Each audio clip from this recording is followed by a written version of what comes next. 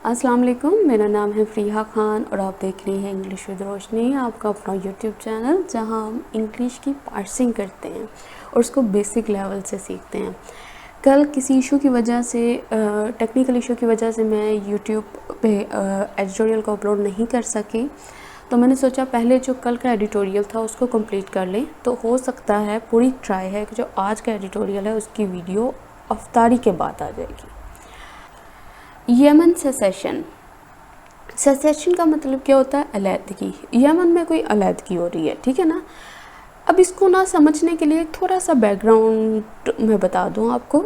हुआ कुछ यूँ है कि यमन में अलहदगी पसंदों ने ना अपनी खुद मुख्तार, अपनी सेल्फ रूल हुकूमत कायम करने का ऐलान किया।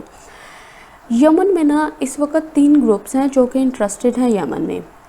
कौन कौन है? फर्स्ट, यमन की जो ओरिजिनल हुकूमत है उसको सपोर्ट फ्राहम कर रहा है सऊदी अरेबिया। मकसद क्या है? अपनी डोमिनेंस कायम करना। सेकंड जो ग्रुप है वो हूदीज़ का है, ठीक है। इनको सपोर्ट फ्राहम कर रहा है ईरान, और ईरान जो है वो यमन में हूदीज़ के ज़रिए लड़ रहा है। मकसद इसका भी वही है कि अपनी डोमिनेंस को कायम करना। एक थर्ड ग्रुप है, ठीक है। थर्ड ग्रुप जो है सेपरेटिस्ट ग्रुप, ठीक है, जिसको कहते हैं साउदर्न ट्रांजिशनल काउंसिल, STC। अच्छा, अब इसको, ये सेपरेटिस्ट ग्रुप है, इसको जो सपोर्ट प्रोवाइड कर रहा है, जो सपोर्ट फ्राहम कर रहा है वो UAE कर रहा है। अब सऊदी अरेबिया और UAE का इत्तेहादी है, कोलिशन है, लेकिन यमन में ना अपने मुफादात की खातिर वो एक ग्रुप को सपोर्ट कर रहा है। तो ये इस तरीके से पूरी खिचड़ी पकी हुई है यहाँ पे। तो अब इसे स्टार्ट करते हैं विद द डिक्लेरेशन, एक ऐलान के साथ। अच्छा, ऐलान किस चीज़ का था? किस चीज़ की डिक्लेरेशन हुई है? किस चीज़ का ऐलान हुआ है? ऑफ लगा के बता रहा है, सेल्फ रूल का, सेल्फ गवर्नमेंट का। अच्छा, किसके ज़रिए, किसने करना है ये सेल्फ रूल? बाय के ज़रिए बताएगा। हमने ये देखा है कि बाय जो होता है वो डूअर को बताता है, ठीक है। करने वाला कौन है, किसके ज़रिए ये सब कुछ होगा, वो कौन है? सेपरेटिस्ट हैं। सेपरेटिस्ट कौन होते हैं? जो अलहदगी पसंद है। अच्छा, कहाँ पे ये सेल्फ रूल करना चाहते हैं? इन सऊदर्न यमन में। सऊदर्न यमन में ये अपनी हुकूमत करना चाहते हैं। अब यहाँ पे ये जो आपको डैश नज़र आ रहे हैं ना, इसके दौरान में एक ये छोटी सी मुख्तसर सी बात कहेगा। वो बात क्या है? अ डी फैक्टो सेसेशन। ऐसी बात जो उससे इंडिपेंडेंट है लेकिन उससे रिलेटेड है। ऐसी सेसेशन, ऐसी अलहदगी जो कि रियलिटी में है। डी फैक्टो का मतलब क्या होता है? Reality. The situation in the war tone country. अब वो कह रहे हैं जो सिचुएशन है ना, जो सूरत हाल है, कहाँ सूरत हाल, इन लगा के बता रहा है कि in the war tone country, ऐसी कंट्री जो कि वॉर टोन है, मतलब वॉर से पूरी तरह से डैमेज हो चुकी है। यहाँ पे जो वॉर टोन नज़र आ रहा है ये एडजेक्टिव है, ये इस कंट्री को बता रहा है कि ऐसी कंट्री है जो कि वॉर टोन है। Is set to deteriorate further. अब ये जो सिचुएशन है ना, वो कह रहा है कि सेट, तैयार है, बिल्कुल बिगिन होने वाली है, शुरू होने वाली है। क्या होना शुरू? टू लगा के बता रहे हैं डेटोरेट होना, मतलब और ख़राब होना, फर्दर, मज़ीद। अब ये जो सेंटेंस है ना, यहाँ से यहाँ तक, अब इसको जोड़ते हैं और इसकी बैक ग्रामर और इसका मीनिंग चेक करते हैं। तो वो लोग जो इस चैनल पे नए हैं, मैं उनको बता दूं कि जितने भी ग्रीन कलर में हाईलाइटेड वर्ड्स नज़र आ रहे हैं आपको, ये सब के सब हमारे सब्जेक्ट हैं, और जो पिंक कलर में आपको नज़र आ रही हैं ये वर्ब हैं, ठीक है। और येलो कलर में जो हाईलाइटेड वर्ड्स हैं ये इम्पोर्टेंट वर्ड्स हैं। तो वो क्या कह रहा है? कह रहा है ये जो ऐलान हुआ था ना सेल्फ रूल का सेपरेटिस्ट के ज़रिए, और सेल्फ रूल करनी थी उन्होंने साउथर्न यमन में, कह रहा है अ डी फैक्टो रियलिटी सेसेशन, ऐसी अलहदगी जो कि इन रियलिटी में है। द सिचुएशन, अब वो कह रहा है ये जो सूरत हाल है ना वॉर टोन कंट्री में, इस सेट टू, वो शुरू हो चुकी है डेटोरेट होना फर्दर। अच्छा, अब सेल्फ रूल का मतलब क्या होता है? सेल्फ रूल का मतलब होता है, रूल का मतलब क्या होता है? हुकूमत। सेल्फ मतलब खुद की हुकूमत कायम करना चाहते हैं ये लोग। सेपरेटिस्ट, सेपरेट से बना है मतलब अलहदगी पसंद। De facto, in reality. Cessation का मतलब होता है अलहदगी। अच्छा, सिचुएशन हमारा सब्जेक्ट है, इस सेट हमारी वर्ब है। वॉर टोन, वॉर टोन का मतलब क्या होता है? ऐसी कंट्री जो कि डैमेज हो चुकी हो लॉन्ग वॉर के ज़रिए। डेटोरेट, इसका मतलब होता है ख़राब होना, बदतर होना। अच्छा, और है फर्दर। अच्छा, फर्दर पे थोड़ा डिफरेंस चेक कर लें। एक होता है फर्दर, एक होता है फार्दर। अच्छा, दोनों में अक्सर मोस्टली मैंने लोगों को मिक्स करते हुए देखा है। जो फार्दर होता है ना, इसमें FAR लगा हुआ है, जिससे पता चलता है कि ये दूरी की बात कर रहा है। तो जब भी FARTHER होगा तो इसका मतलब है डिस्टेंट, ये दूरी की बात कर रहा है। और जो फर्दर होगा ना उसका मतलब है एडिशनल, मज़ीद। जैसे उसकी जो हालत थी, एक तो ऑलरेडी वो डैमेज है, तो अब क्या वो मज़ीद डेटोरेट होने के लिए तैयार है। अच्छा, ये जो डिक्लेरेशन हुई थी ये कब हुई थी? ये 25 अप्रैल को इन्होंने की थी, सैटरडे के रोज़ 12 PM के करीब। ऑलरेडी वो कह रहा है यमन हैड बीन बैटर्ड, कह रहा है यमन जो है ना, ये जो कंट्री है, हैड बीन बैटर्ड, ऑलरेडी जो है ना इतनी डैमेज हो चुकी हुई है, बैटर्ड हो चुकी हुई है, मॉल ट्रीटेड हो चुकी है। बाय किसके ज़रिए? कौन करने वाला है? 5 ईयर्स, 5 साल के कॉन्फ्लिक्ट से। एज, जैसा कि अब ये वजह बताएगा, क्योंकि वो कह रहा है कि जो सऊदी लेड इंटरवेंशन है, ऐसी इंटरवेंशन, ऐसी मुदाखलत जो कि सऊदी लेड है। अभी हमने यहाँ पे बताया था ना कि यमन के अंदर जो उसकी हुकूमत है उसको जो सपोर्ट कर रहा है वो सऊदी कर रहा है। तो अब ये सऊदी के थ्रू वो जो इंटरवेंशन है, मुदाखलत है ना, उसको सऊदी लेड इंटरवेंशन कहा गया है। अच्छा, ये जो इंटरवेंशन है ये किसके बिहाफ पे? On behalf of the government, उसकी गवर्नमेंट के बिहाफ पर। अच्छा, ये क्यों है इंटरवेंशन? क्या पर्पस है इस इंटरवेंशन का? टू डिसलॉज करने के लिए, रिमूव करने के लिए। किसको? ईरान एलाइड हुदीज़ को। ये वो हुदीज़ हैं, ये जो दूसरा ग्रुप है यमन में जो कि इंटरेस्टेड है यमन के अंदर, ठीक है, यमन के लिए, यमन की कंट्री में इंटरेस्टेड है, इसको सपोर्ट कर रहा है ईरान। तो ये ईरान का इत्तेहादी हुआ। तो ये जो ईरान अलाइड हुदीज़ थे इनको रिमूव करना चाहता था ये सऊदी लेड इंटरवेंशन, ये जो सऊदी लेड मुखालफत थी, ये इनको रिमूव करना चाहती थी। अच्छा, ये कौन है हुदीज़? हु कंट्रोल द कैपिटल सना, जो कि कैपिटल सना को कंट्रोल करते हैं। हैज़ टर्न द पॉवर्टी, उन्होंने टर्न कर दिया, किस चीज़ को बदल दिया? पॉवर्टी सिकन कंट्री, ऐसी कंट्री जो कि बहुत ही पुअर है, इनटू अ डिस्ट्रक्शन में।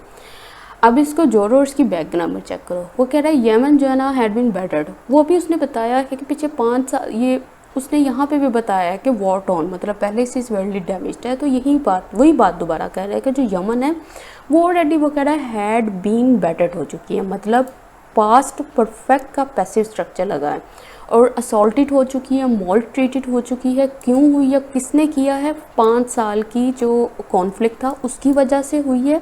और क्यों हुई है? क्योंकि सऊदी लेड इंटरवेंशन की वजह से उसने ये जो कंट्री थी, ये जो टर्न कर चुका है, बिल्कुल पासा बदल चुका है। ऐसी कंट्री का, ऐसे मुल्क का, यमन की बात कर रहा है जो बहुत ही पुअर है, इनटू अरैक डिस्ट्रक्शन में। अब ये दरमियान वाला बात करो, क्यों उसने किया है? उसने कहा कि क्योंकि ये जो सऊदी लेड इंटरवेंशन थी ये रिमूव करना चाहती थी ईरान अलाइड हुदीज़ को। और ये हुदीज़ कौन थे? जो कंट्रोल करते हैं कैपिटल सना को।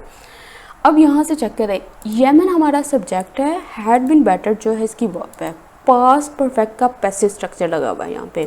बाय के ज़रिए वो मेथड बता रहा है किसके ज़रिए वो बैटर्ड हुई है। अब एज लगा के वो रीज़न बता रहा है कि क्यों हुई है, क्योंकि सऊदी लेड इंटरवेंशन की वजह से हुई है। अच्छा, कौन सी इंटरवेंशन थी जी? गवर्नमेंट की बिहाफ पे हुई थी।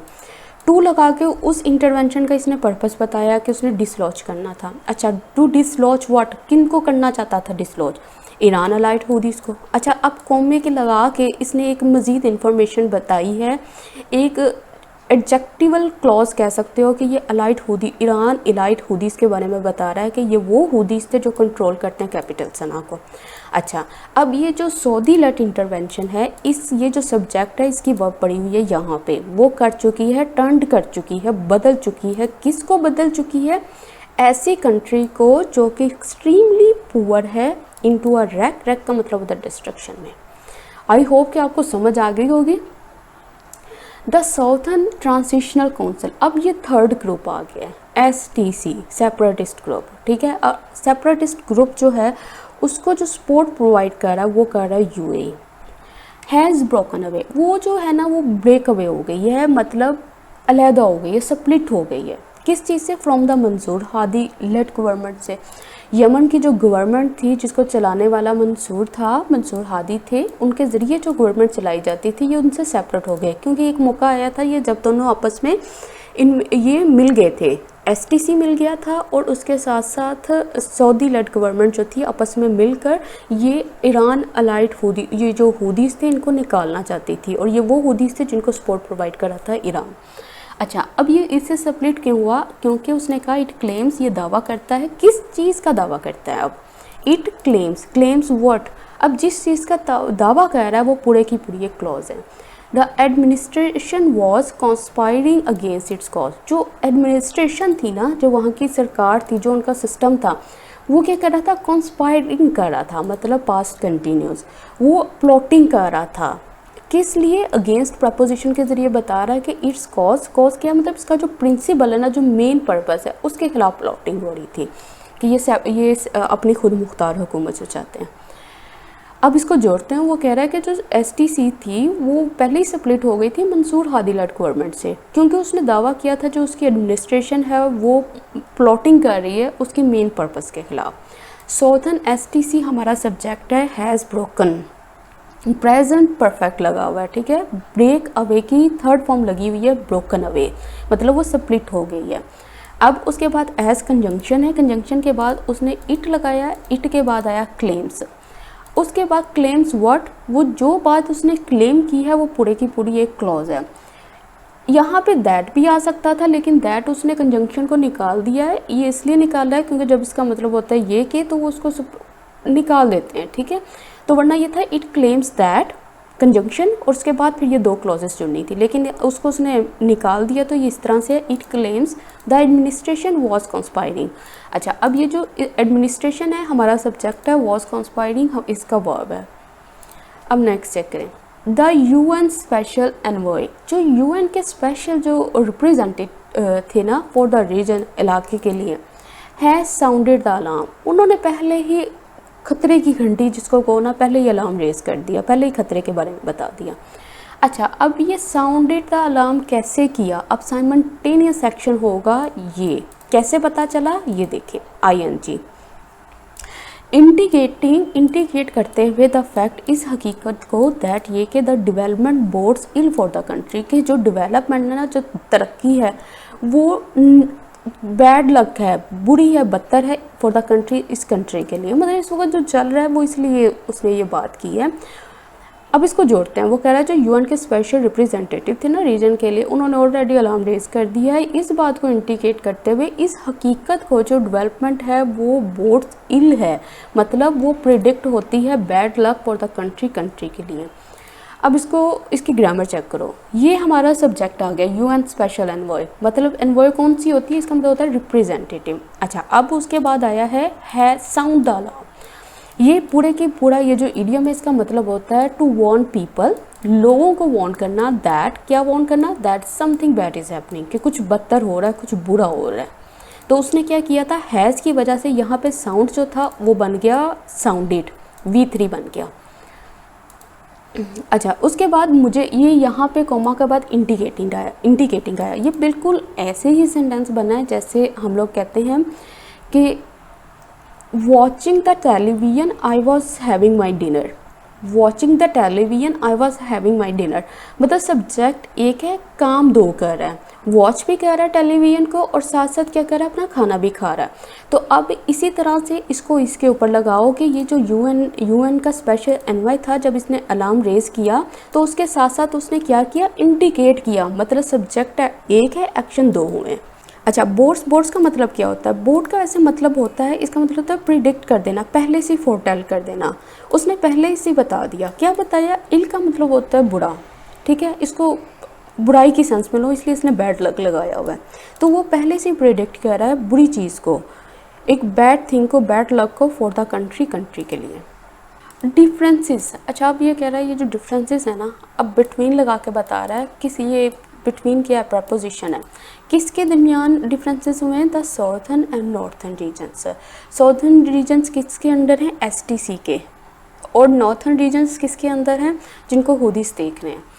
Of Yemen are not new. कह रहे हैं ये डिफरेंसेस, ये जो इख्तलाफात है ना इनके दरमियान में, ये कोई नए नहीं है। गो बैक, गो जाओ, बैक पीछे, डिकेड्स सालों। कह रहा है कि पीछे 10 सालों में भी जाओगे ना तब भी आपको इन दोनों के दरमियान में डिफरेंसेस ही नज़र आएंगे, इख्तलाफ ही नज़र आएगा। तो यहाँ पे इसको चेक करो। वो कह रहा है जो इनका इख्तलाफ है ना साउथर्न और नॉर्थर्न रीजन्स का यमन के, ये नया नहीं है, ये बहुत पीछे जाता है। अब डिफरेंसेस हमारा सब्जेक्ट है, आर नॉट हमारी वर्ब है, उसके बाद कंजंक्शन आ गई है। तो मैंने कहा था जब कंजंक्शन के बाद एंड कंजंक्शन से के बाद अगर आने वाली वर्ब का सब्जेक्ट सेम हो तो उसको रिपीट नहीं करते। तो इसी तरह से उसने किया है कि differences are not new, differences go back decades, कि यही डिफरेंसेस हैं जो कि गो बैक होते हैं डिकेड्स, कई सालों पीछे। इन फैक्ट दर हकीकत अनटिल द 1990s रीयूनिफिकेशन, वो कह रहा है कि 1990 में द रीयूनिफिकेशन, ये जो रीयूनिफिकेशन हुई थी ना, ये जो फिर से इकट्ठे हुए थे ऑफ द कंट्री की जो ये रीयूनिफिकेशन हुई थी, दोबारा इत्तेहाद हुआ था, इट वाज डिवाइडेड, ये डिवाइडेड था इनटू नॉर्थ यमन में द मार्केस्ट साउथ, मतलब नॉर्थ यमन था और साउथ में था, विद इट्स कैपिटल, इसका जो दारुल हुकूमत के साथ एड अदन में जो इसका दारुल हुकूमत था उसके साथ।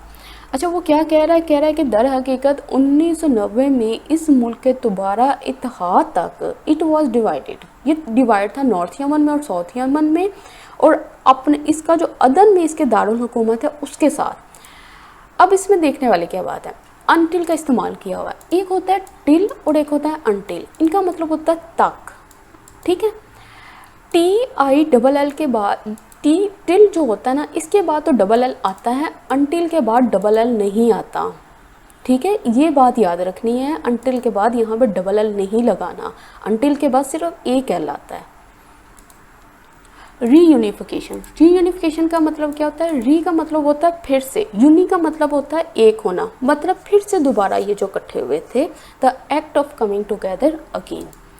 तो वही बात कर रहा है कि जब 1990 में जब इनकी दोबारा रीयूनिफिकेशन हुई थी। अच्छा, इट वॉज डिवाइडेड था, किस में था, दो, नॉर्थ यमन में और साउथ यमन में, और इसमें कोई भी देखने वाली चीज़ नहीं है। इवन आफ्टर मतलब किसके बाद, रीयूनिफिकेशन, कह रहा है इवन आफ्टर रीयूनिफिकेशन। अब ये जो इवन नज़र आ रहा है ना, ये असल में जोर डाल रहा है इस आफ्टर रीयूनिफिकेशन के ऊपर। यहाँ तक कि वो कह रहा है रीयूनिफिकेशन के बावजूद things were less than perfect, चीज़ें अच्छी नहीं थी। परफेक्ट तो बहुत दूर की बात है, लेस दैन परफेक्ट मतलब बहुत ठीक नहीं थी। जैसा कि वो कह रहा है, अ नंबर ऑफ अटैम्प्ट्स, बहुत सारी जो अटैम्प्ट्स थी, कोशिशें थी, वर मेड, वो की गई। अच्छा, किसने की गई, बाय द सौथन के जरिए। अच्छा, सौथन कौन थे, कौन थे, STC थे, अलहदगी पसंद ग्रुप था। अच्छा, क्यों करने की कोशिशें की गई थी, टू सीड, अलग हो जाने के लिए, ओनली टू बी क्रश्ड, जो क्रश्ड हुई बाय द लेट महरूम जो है यमनी स्ट्रॉन्ग मैन अली अब्दुल्ला सालेह, इनके ज़रिए जो कि क्रश्ड हो गई, कुचली गई। अब वो क्या बात कर रहा है, इसको जोड़ो, वो कह रहा है यहाँ तक कि जो रीयूनिफिकेशन भी हो गई थी ना, थिंग्स अच्छी नहीं थी, things were less than perfect, मतलब परफेक्ट क्या होती है चीज़, एक परफेक्ट है, लेस दैन परफेक्ट मतलब अच्छी नहीं थी। क्योंकि उसने कहा कि बहुत सारी कोशिशें तब भी की गई, किन के ज़रिए, ये सेपरेटिस्ट के ज़रिए, किस लिए, वो अलहदा होना चाहते थे। और ये जो कोशिशें थी ओनली टू बी क्रश्ड, ये सिर्फ क्रश्ड हुई बाय द लेट, मतलब मरहूम यमनी स्ट्रॉन्गमैन अली अब्दुल्ला सालेह, जिनकी पहले हुकूमत थी। अच्छा, अब यहाँ पे एक कॉन्सेप्ट है अ नंबर ऑफ का, इसको चेक करो। अ नंबर ऑफ का मतलब होता है मैनी, सेवरल, बहुत सारी, ठीक है। अच्छा, इसको बनाने का ना एक मेथड होता है, इसका एक स्ट्रक्चर होता है। जब अ नंबर ऑफ आता है ना, उसके बाद प्लूरल नाउन आता है, जो नाउन आएगा वो एस की फॉर्म में आएगा, वो प्लूरल फॉर्म में आएगा, और उसके बाद जो वर्ब आएगी वो भी प्लूरल आएगी। ये देखो, जैसे a number of attempts verb made, यहाँ पे नंबर ऑफ अटेम्प्ट्स के बाद अटेम्प्ट नहीं लिखा हुआ, उसने अटेम्प्ट्स लिखा हुआ है, ऐसे लगा हुआ है, प्लूरल फॉर्म आई है अटेम्प्ट की, और उसके बाद जो इसकी वर्ब आई है वो भी प्लूरल आई है, सिंगुलर नहीं आई, वॉज नहीं लिखा, उसने वर्ड लिखा हुआ है। और एक और एग्जांपल चेक करें, जैसे a number of students were present there, बहुत सारे स्टूडेंट्स, नंबर ऑफ मतलब बहुत सारे, सेवरल, मैनी। अच्छा, कौन थे, जो नाउन लगा के स्टूडेंट्स, प्लूरल फॉर्म में आया स्टूडेंट्स, यहाँ पे फिर प्लूरल वर्ब आई है, वो प्रेजेंट थे वहाँ पे। अ number of attempts were made, बहुत सारी अटैम्प्ट्स जो थी बनाई गई, वर मेड, वॉज वर्ड के बाद V3 लगा हुआ है, मतलब ये पास्ट का पैसिव स्ट्रक्चर बना हुआ है। और टिल अनटिल का तो मैंने ऊपर बता दिया। अच्छा, सीड का क्या होता है, अलग हो जाना। इन द करंट सिनेरियो, ये जो करंट सिनेरियो ना, जो सूरत हाल है, the Yemeni theatre has become incredibly complicated, जो यमनी थिएटर है ना वो बन चुका है, क्या बन चुका है, इनक्रेडिबली, एक्सट्रीमली कॉम्प्लिकेटेड, बिल्कुल कॉम्प्लिकेट हो गया, बिल्कुल खिचड़ी पक गई है, जो बिल्कुल जो अपने जो साथ में थे वो भी एक दूसरे के खिलाफ लड़ने लग गए, और 3 ग्रुप हैं, तीनों के तीनों आपस में तीनों में कॉन्फ्लिक्ट चल रहा है। हैज़ बिकम, हैज़ हैव के बाद V3 लगी हुई है, मतलब कि ये प्रेजेंट परफेक्ट का स्ट्रक्चर इस्तेमाल हुआ है। The Yemeni theatre has become, subject verb. Incredibly मतलब एक्सट्रीमली। वाइल, जबकि the battle between the Houthis and the Mansour Hadi regime, अब वो कह रहा है कि जो बैटल थी ना, जंग किसके दरमियान, हुदीज़ के दरमियान में। हुदीज़ कौन थे, जिनको सपोर्ट कर रहा है Iran, and the Mansour Hadi regime, Mansour Hadi regime जिसको सपोर्ट कर रहा है सऊदीया। इस सीन देखी जा सकती है एज एन अदर फ्रंट, एक दूसरे फ्रंट, दूसरे पहलू से देखी जा सकती है। इन द कॉन्टेस्ट, किस कॉन्टेस्ट में, किस कंपटीशन में, किस फाइट में, फॉर रीजनल डोमिनेशन, कि वो जो रीजनल मतलब होता है इलाकाई, डोमिनेशन मतलब अपना डोमिनेंस कायम करना। किसके दरमियान, बिटवीन, ये जो फाइट है किसके दरमियान, between Saudi Arabia and Iran, Iran के दरमियान में। द साउथर्न सेशन, जो साउथर्न की अलहदगी है ना, एक्सपोजेज, वो एक्सपोज करती है, वो रिवील करती है, जाहिर करती है किसको, फिशर्स को, एक क्रैक को, विद एन एलिस, जो इसके इत्तेहादी थे ना, इत्तेहादी कौन थे इसके, वो सऊदी अरेबिया वाले थे, उनके दरमियान में ये क्या शो कर रही है, ये लाइस शो कर रही है, ये फिशर शो कर रही है, क्रैक शो कर रही है। अब ये ना इसको जोड़ते हैं, इसको ज़रा अच्छे से समझना है। उसने कहा ये जो बैटल है ना हुदीज़ और मंसूर हादी रजीम में, ठीक है, हुदीस ईरान जो है लड़ रहा है हुदीस के ज़रिए, और जो ये मंसूर हादी रजीम है इसके पीछे जो सऊदी अरेबिया, कह रहा है इस सीन देखा जा सकता है अनदर दूसरे फ्रंट पे, एक दूसरे पहलू से देखो उसको। इन द कॉन्टेस्ट, कॉन्टेस्ट क्या होता है, फाइट होती है, कंपटीशन होता है, ठीक है, किस कंपटीशन में, फॉर रीजनल डोमिनेशन के, मतलब कौन डोमिनेट होता है रीजनल इलाके में, किसके दरमियान, सऊदी अरेबिया एंड ईरान के दरमियान में। अब वो कह रहा है ये जो साउथर्न सेशन थी ना, एक्सपोज, वो एक्सपोज करती है, रिवील करती है एक अलहदगी को, एक क्रैक को, कि विदन किसके साथ, अलाइज, जो इसके अलाइज थे, इसके अलाइज कौन थे, सऊदी अरेबिया थे, क्योंकि सऊदी अरेबिया और STC आपस में मिल गए थे हुदीस को निकालने के लिए। तो वो कह रहे हैं इनमें ये जो है ना वो क्रैक को शो करती है। अच्छा, अब इसको चेक करो, ये द बैटल हमारा सब्जेक्ट है। इस सीन इज प्लस V3 मतलब प्रेजेंट इंडेफिनिट का पैसिव स्ट्रक्चर बना हुआ है। एन अदर फ्रंट, अच्छा अब ये देखो एन अदर का मतलब क्या होता है, वन मोर, एक मज़ीद एक, वन एडिशनल, एक और अजाफी एक चाहिए, ठीक है। अ डिफरेंट, एक दूसरा, मतलब अगर हम किसी शॉप पे जाते हैं ना, वो हमें कोई शर्ट दिखाता है तो हम कहते हैं कोई अनदर वन, मतलब कोई दूसरी, ये तो दिखा दिया, ये डिज़ाइन दिखा दिया, इस फॉर्म में आपने डिज़ाइन दिखाया, कोई दूसरा डिज़ाइन दिखाता हो, उसके लिए भी अनदर इस्तेमाल होता है। एन अल्टरनेटिव, इसका अल्टरनेटिव क्या है, इनमें अनदर इस्तेमाल होता है। अच्छा, अनदर के बाद ना जो नाउन आता है ना वो सिंगुलर आता है, वो प्लूरल नहीं आता, इसलिए यहाँ पे अनदर फ्रंट लिखा गया है।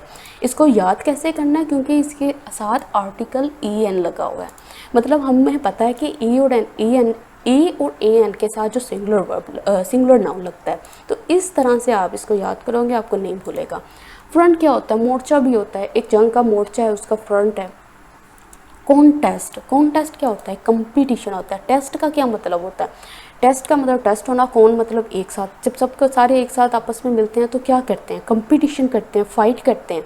तो ये फाइट किसकी हो रही थी, रीजनल डोमिनेशन की हो रही थी, बिटवीन प्रेपोजिशन है। अच्छा, एक्सपोजिज, एक्सपोज करने का मतलब क्या होता है, रिवील करना।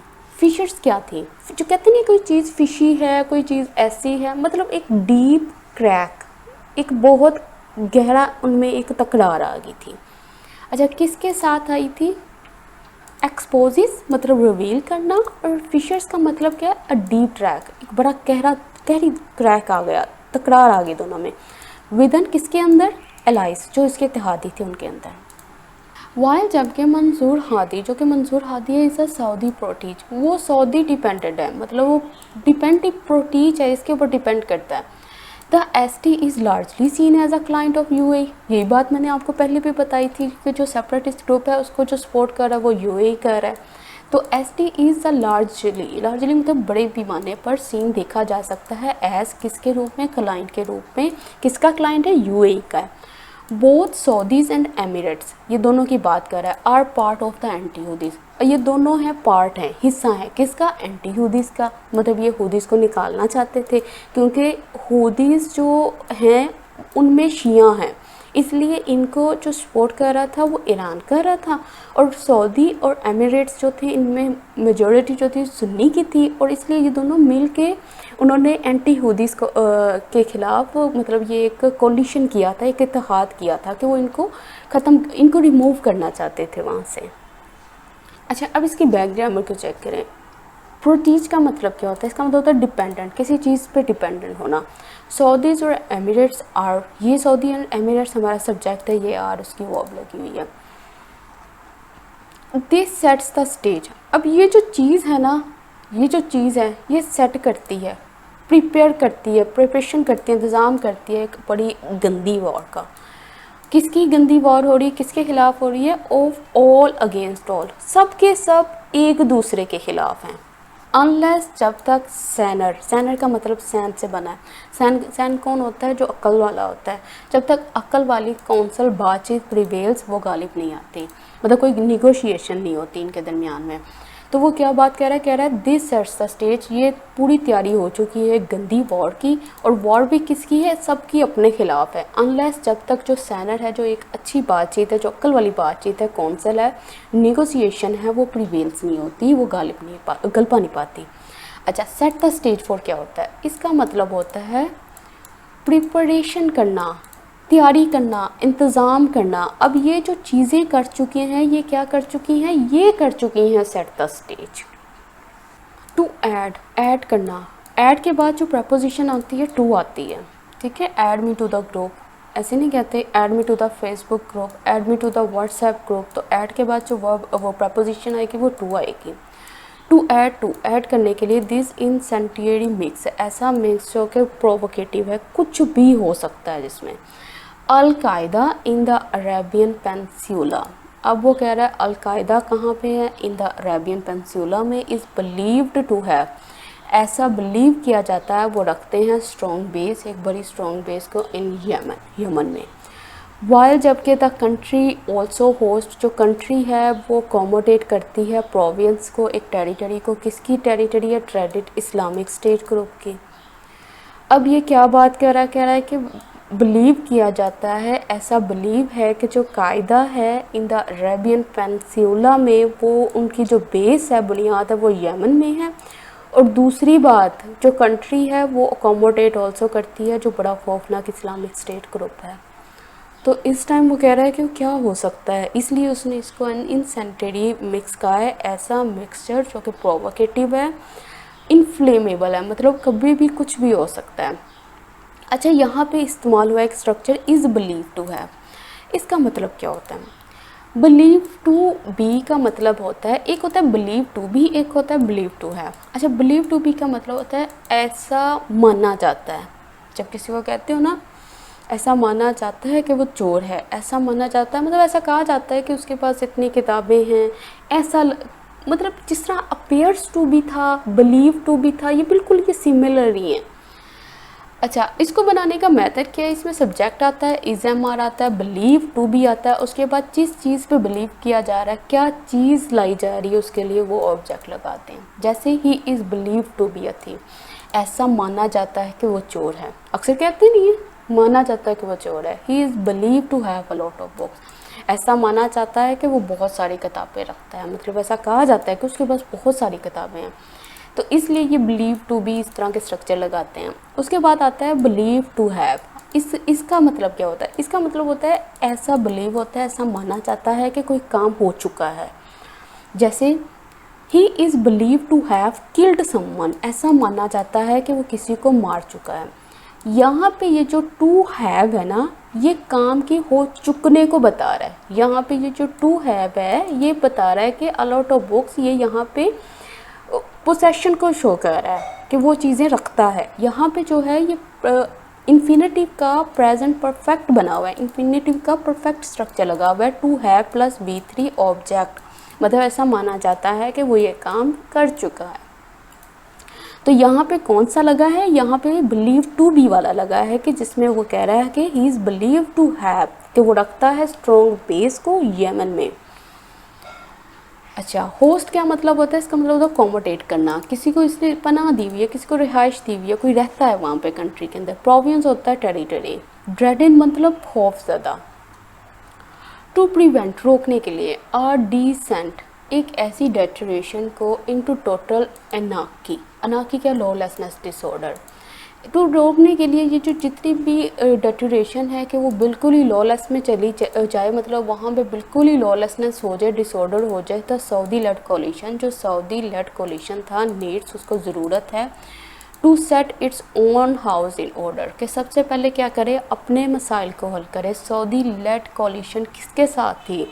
ये कोलिशन हुई थी सेपरेटिस्ट ग्रुप के साथ, ठीक है। वो कह रहा है कि पहले तुम लोग अपनी प्रॉब्लम्स को सॉल्व करो, फॉर इफ़, किसके लिए? इफ़ देयर आर रिफ्ट्स, अगर वहाँ पे कोई क्रैक होता है, स्प्लिट होता है, फिशर होता है विद द अलायंस, अलायंस के साथ, इत्तेहादियों के साथ, द हुदीज़ आर अनलाइकली, हुदीज़ जो हैं पॉसिबिलिटी है ही नहीं है कि वो निगोशिएट करेंगे विद द हाउस, उस हाउस के साथ जो कि डिवाइडेड है। यहाँ पे डिवाइडेड जो है असल में इस हाउस की बात कर रहा है, यमन की बात कर रहा है जो ऑलरेडी डिवाइडेड है। अच्छा, अब इसको गौर से समझो। वो कह रहा है प्रिवेंट करने के लिए ना, ये जो डिसेंट है, डिसेंट का मतलब डेटोरेशन, डाउनफॉल, स्लम, ये जो और गिरावट आ रही है ना इसकी अनाकी में, जो लॉलेसनेस है, डिसऑर्डर में है ये, और इससे पहले कि ये और ही डिसऑर्डर और ही हालात जो है बदतर हो जाएं, जो सऊदी लेड कोलिशन है, इनकी जो कोलिशन हुई थी किसके साथ? सेपरेटिस्ट के साथ हुई थी, एसटीसी के साथ। इनको ज़रूरत है कि वो करें, सबसे पहले सेट करें, क्या करें? सबसे पहले set its own house in order. इसका मतलब क्या होता है? इसका मतलब होता है to solve your own problems, के सबसे पहले ये लोग, ये जो इत्तेहादी ग्रुप है, मिलकर अपने मसाइल को हल करें। इफ़ यहाँ पे आप कंडीशन लग गई है, यहाँ पे फर्स्ट कंडीशन लगी हुई है, जिसका मतलब है वो पॉसिबिलिटी को शो करता है कि ऐसी पॉसिबिलिटी हो सकती है प्रेजेंट में या फ्यूचर में। अगर वहाँ पे रिफ्ट्स होती हैं, दरारें होती हैं अलायंस के बीच में, तो वो क्या करें? सबसे पहले अपने मसाइल हल करें। जो हुदीज़ हैं वो फिर निगोशिएट कर रहा है, ऐसी पॉसिबिलिटी है ही नहीं, अनलाइकली है, निगोशिएट करें उस हाउस के साथ जो ऑलरेडी डिवाइडेड है। तो वो उनकी बात कहाँ सुनेंगे? वो सब के सभी अगर एक दूसरे के साथ ऐसे लड़ते रहेंगे। अच्छा, यहाँ पे ये हाउस से याद रखो, ये अपने घर के, मतलब अपने ग्रुप के मसाइल की बात कर रहे हैं। रिफ्ट्स का मतलब मैंने बता दिया, crack, split, fissure. Moreover, मज़ीद, इसकी जगह पे वो फर्दर भी लगा सकता है। कह रहा है, कंडीशन लगा के बता रहा है कि इफ़ फैक्शनल फाइटिंग, ये जो फ़िरका वाराना फाइटिंग है, एक्सटेंड्स टू ऑल यमन, अगर ये पूरे यमन में फैल जाती है, the affirmation terrorist groups. Affirmation का मतलब ये है कि जो मेंशन अर्लियर हुए थे, ठीक है, जो पहले मेंशन किए गए हैं ग्रुप्स, उनकी बात कर रहा है। विल फाइंड, उन्हें मौका मिल जाएगा, किस चीज़ का? एन अपॉर्चून, एक मौका, एक मूवमेंट, किस चीज़ का? टू पाउंस करने का, झपटने के लिए, एंड ग्रैब, सीज करने के लिए, मोर टेरिटरी को। अब उसने कितनी अच्छी बात की है, उसने कहा है मज़ीद if factional fighting extend to all Yemen, अगर ये इसी तरह ये फ़िरका वाराना ये लड़ाइयाँ चलती रही ना यमन के अंदर, जो ये ग्रुप्स, फॉर्मेशन का मतलब होता है जो अर्लियर मेंशन्ड है, ये जो टेररिस्ट ग्रुप है इनको तो एक सुनहरी मौका मिल जाएगा कब्जा करने के लिए और सारी टेरिटरी को हथियाने के लिए।